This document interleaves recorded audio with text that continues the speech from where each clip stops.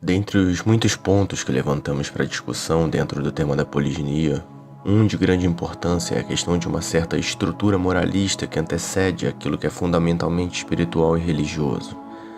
Isto é, um moralismo meramente jurídico, legalista, tendencioso, de utilitarismo meramente social e, finalmente, em nossa época, pequeno burguês e conformista.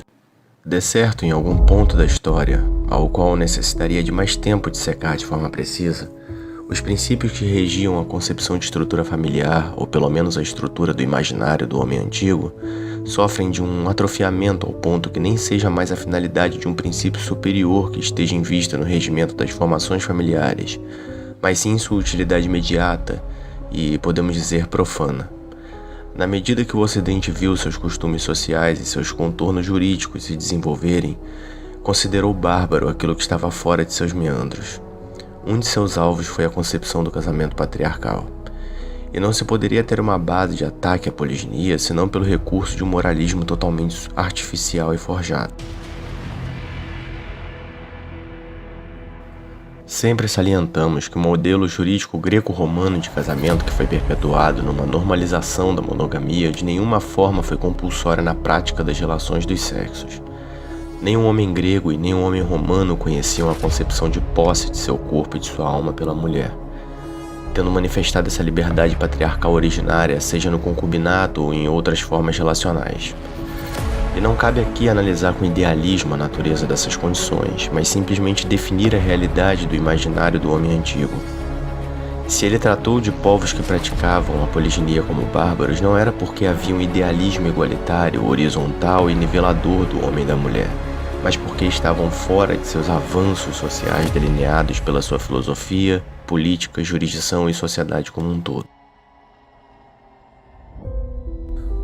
É só tardiamente que numa civilização já desgastada pela imoralidade desenfreada e a larga escala da multidão de espíritos dilacerados por costumes corrosivos que um certo clima de contraposição pôde se estabelecer com o encerramento do imaginário dessa sociedade em questão, já saturada de toda a carga degenerescente presente em todo o processo de seu declínio civilizacional.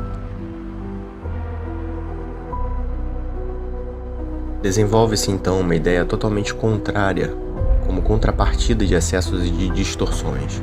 Atribui-se a todo homem que tendências ascéticas de abstenção e abnegação deveriam estar acessíveis a qualquer um deles, e não aqueles de natureza excepcionais, fator que não tornou sagrado o que era profano, mas profano o que era sagrado.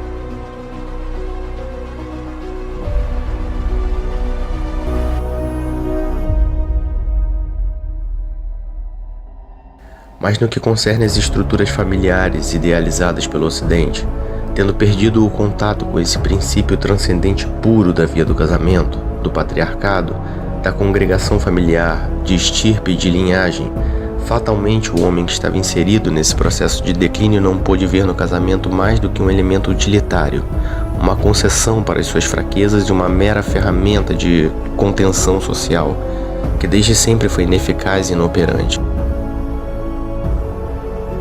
Toda a via que levaria ao transcendente vai pouco a pouco se fechando e convertendo-se num moralismo hipócrita e mesquinho, rebaixando tudo que poderia haver de valor nas relações dos sexos à mera animosidade animalesca, visto que o sexo não poderia mais ser considerado fora do seu âmbito puramente naturalista e reprodutivo.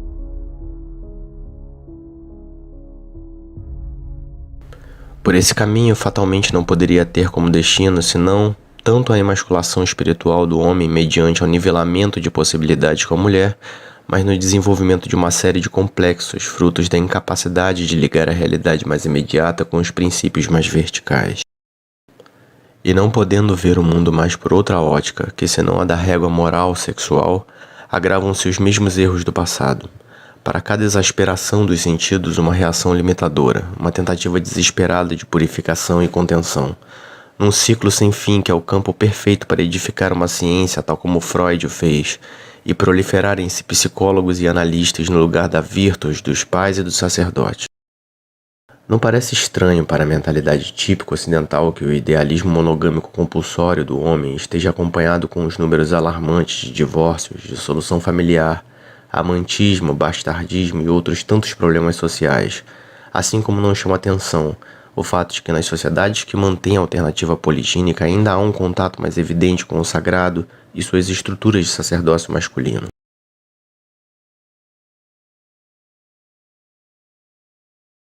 Tendo o Ocidente responsavelmente jogado a mulher no paradigma igualitário e que ela tivesse por medida o homem superficial e brutalizado pelos instintos como padrão de medição de igualdade, agravaram-se os problemas de ordem prática.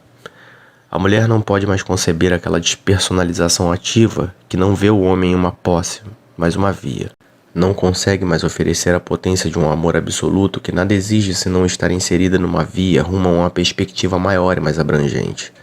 E o homem nivelado nesse nível de mentalidade pense o mesmo. É estranho para ele ser homem, é algo radical demais ou antiquado, ou na melhor das hipóteses não útil. E é nesse mundo nivelado, onde as polaridades sexuais naturais foram cada vez mais corroídas em seus aspectos fundamentais mais positivos, que o ápice de sua dissolução sente o cansaço e a degradação de suas formas, especialmente em seu cotidiano social promíscuo e nihilista.